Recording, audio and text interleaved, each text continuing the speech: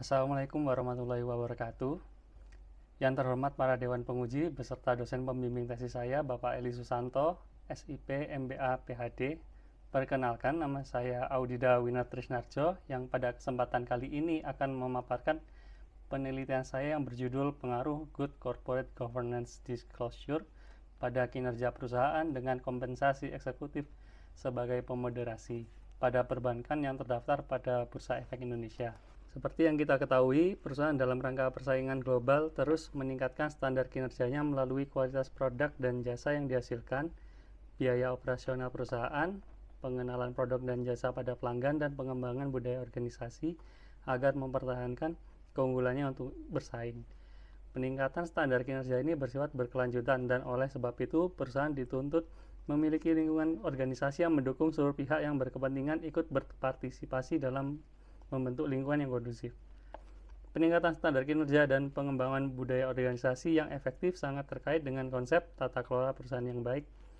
Tata kelola perusahaan yang baik melibatkan sistem dan praktik yang dirancang untuk memastikan bahwa perusahaan dijalankan secara efektif, transparan, dan berkelanjutan. Pentingnya strategi Good Corporate Governance Disclosure yang baik bertujuan untuk mencapai competitive advantage. Para ahli strategi setuju bahwa memahami lingkungan adalah bagian penting dari pengembangan strategi perusahaan yang mengarah pada peningkatan kinerja perusahaan.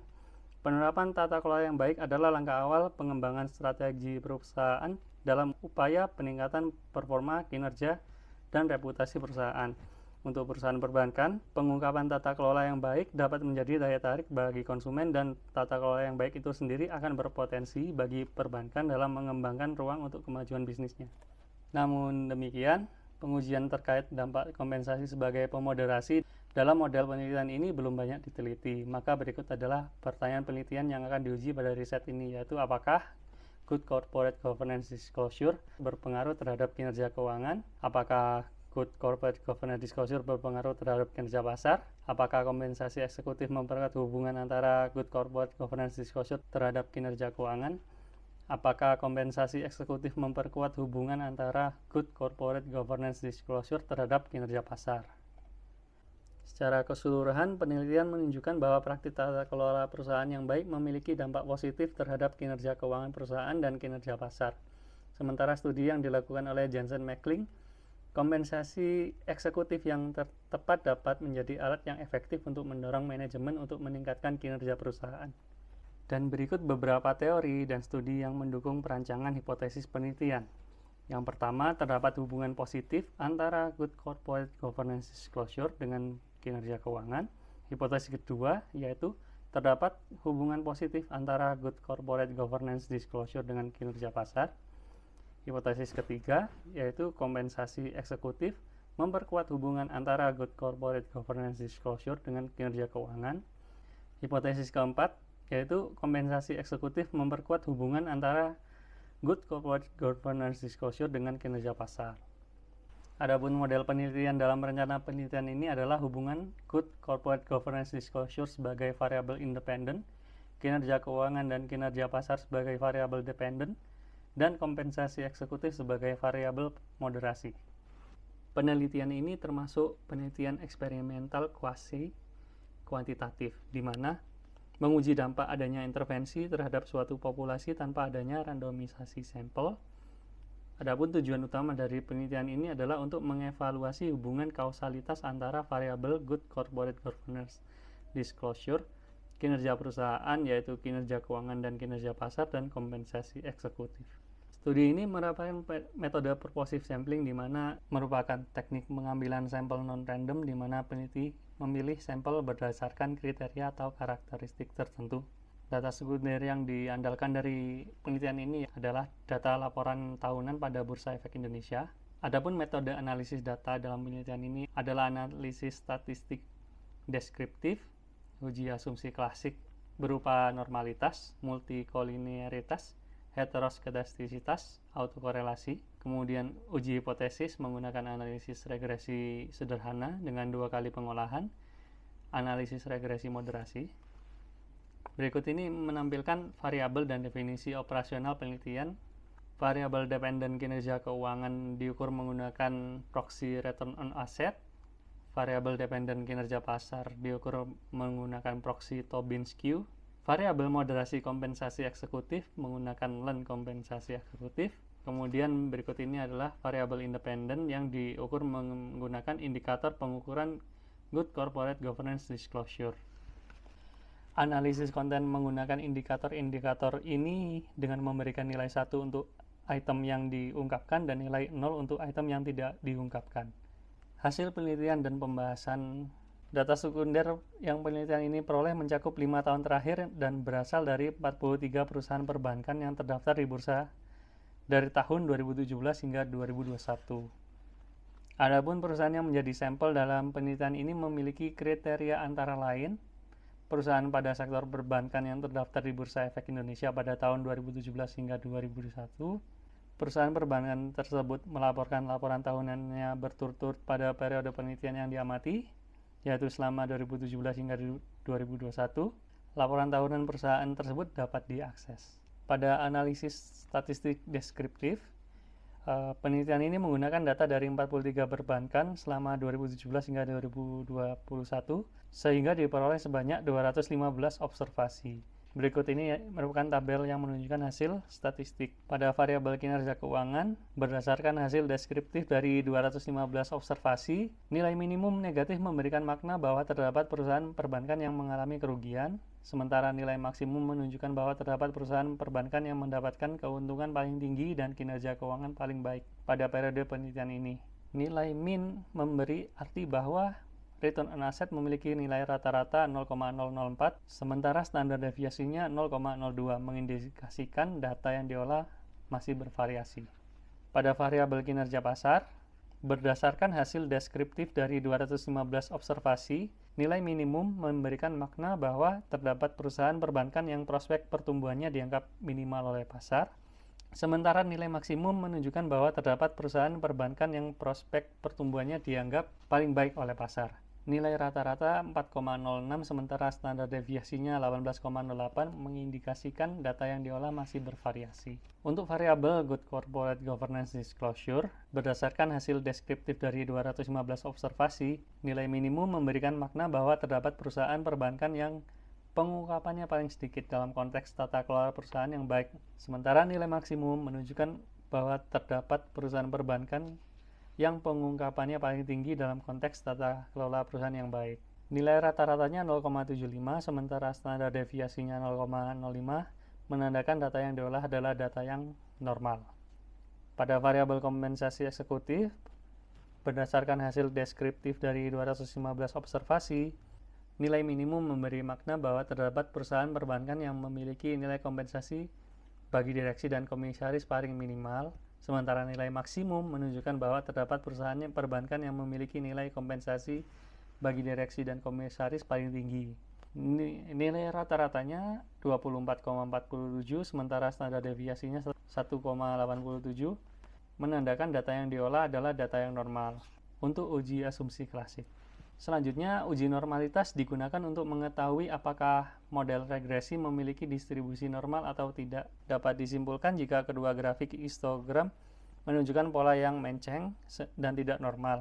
Uji statistik lain yang dapat digunakan untuk menguji normalitas residual adalah dengan uji statistik non-parametrik Kolmogorov-Smirnov. Pada tabel N-par tes regresi ini, besarnya nilai Kolmogorov-Smirnov adalah 3,073 dan signifikan pada 0,00. Hal ini berarti data residual tidak berdistribusi normal, sementara pada model kinerja pasar sama seperti sebelumnya.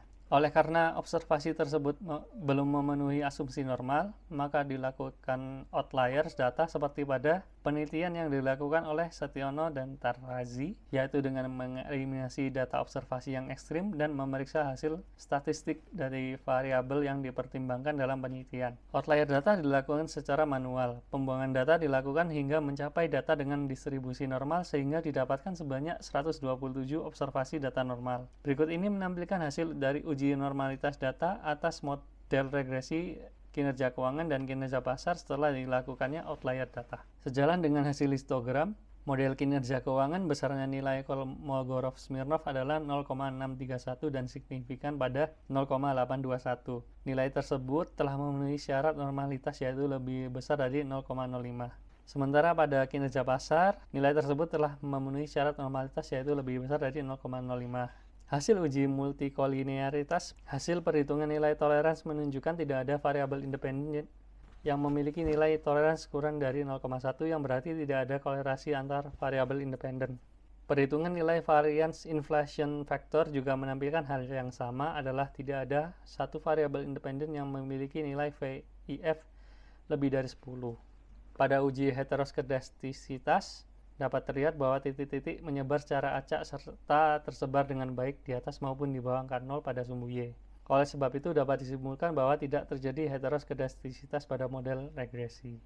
Untuk uji autokorelasi, berdasarkan hasil nilai Durbin-Watson kedua model kinerja keuangan dan kinerja pasar, maka dapat disimpulkan bahwa tidak terjadi autokorelasi pada model regresi yang digunakan pada penelitian ini. Berdasarkan tabel ringkasan hasil regresi kinerja keuangan, model 1 regresi bertujuan untuk menjawab hipotesis pertama, yaitu untuk menyelidiki hubungan positif antara good corporate governance disclosure dengan kinerja keuangan. Dalam analisis penelitian ini telah berhasil menunjukkan bahwa terdapat pengaruh positif dan signifikan antara good corporate governance disclosure dan kinerja keuangan perusahaan. Hal tersebut ditunjukkan dari nilai signifikansi model regresi linear good corporate governance disclosure pada kinerja keuangan senilai 0,00. Nilai tersebut dapat dikatakan signifikan karena nilai yang diperoleh lebih kecil dari 0,05. Ini berarti peningkatan good corporate governance disclosure bertambah positif signifikan terhadap kenaikan kinerja keuangan perusahaan. Hal ini mendukung hipotesis pertama bahwa terdapat hubungan positif antara good corporate governance disclosure dengan kinerja keuangan sehingga hipotesis tersebut diterima. Selanjutnya, model 3 regresi bertujuan untuk menjawab hipotesis ketiga, yaitu untuk menguji kompensasi eksekutif memperkuat hubungan antara good corporate governance disclosure dengan kinerja keuangan. Nilai signifikansi senilai 0,221. Nilai tersebut tidak dapat dikatakan signifikan karena nilai yang diperoleh lebih besar dari 0,05. Peningkatan good corporate governance disclosure terhadap kenaikan kinerja keuangan perusahaan tidak diperkuat oleh perubahan kompensasi eksekutif. Hal ini tidak mendukung hipotesis ketiga bahwa kompensasi eksekutif memperkuat hubungan antara good corporate governance disclosure dengan kinerja keuangan, sehingga hipotesis tersebut ditolak. Analisis penelitian ini berhasil menunjukkan bahwa terdapat pengaruh yang tidak signifikan antara good corporate governance disclosure pada kinerja pasar perusahaan. Peningkatan good corporate governance disclosure tidak terdampak signifikan terhadap kenaikan kinerja pasar perusahaan. Hal ini mendukung hipotesis kedua, yaitu bahwa terdapat hubungan positif antara good corporate governance disclosure dengan kinerja pasar, sehingga hipotesis tersebut ditolak. Hasil lainnya menunjukkan bahwa peningkatan good corporate governance disclosure terhadap kenaikan kinerja pasar perusahaan tidak diperkuat oleh perubahan kompensasi eksekutif. Hal ini tidak mendukung hipotesis keempat bahwa kompensasi eksekutif memperkuat hubungan antara good corporate governance disclosure dengan kinerja pasar, sehingga hipotesis tersebut ditolak. Penelitian ini mengkaji pentingnya pengungkapan tata kelola perusahaan yang baik sebagai faktor penting dalam menentukan kinerja perusahaan. Dengan mempertimbangkan dampak pemberian kompensasi bagi eksekutif perusahaan, hal ini membantu memastikan bahwa perusahaan telah beroperasi dengan cara yang etis dan transparan, dan bahwa keputusannya adalah demi kepentingan terbaik pemegang sahamnya. Hasil analisis menjelaskan bahwa good corporate governance disclosure memiliki pengaruh positif dan signifikan pada kinerja keuangan perusahaan perbankan, sementara tidak berpengaruh signifikan pada kinerja pasar perusahaan perbankan. Lalu kompensasi eksekutif tidak tampak mempengaruhi secara signifikan dampak good corporate governance disclosure terhadap kinerja perusahaan. Hasil ini mengindikasi bahwa faktor lain atau dinamika lebih kompleks mungkin mendominasi hubungan ini. Manajemen strategis perusahaan harus tetap berkomitmen untuk meningkatkan tata kelola perusahaan yang baik, namun juga perlu memahami bahwa pengelolaan kompensasi eksekutif harus melihat variabel-variabel lain yang mungkin mempengaruhi hubungan ini. Adapun keterbatasan penelitian terletak pada data yang terbatas pada data sekunder tersedia di Bursa Efek Indonesia. Penelitian ini juga terbatas pada konteks pasar modal Indonesia, hasilnya mungkin tidak dapat secara langsung diterapkan pada pasar modal di negara lain. Adapun saran yaitu studi selanjutnya dapat lebih mendalam memeriksa mekanisme moderasi kompensasi eksekutif dalam konteks hubungan antara good corporate governance disclosure dan kinerja, yang kemudian dapat mempertimbangkan perbedaan di antara sektor industri maupun di negara lain. Sekian penelitian ini saya sampaikan. Terima kasih.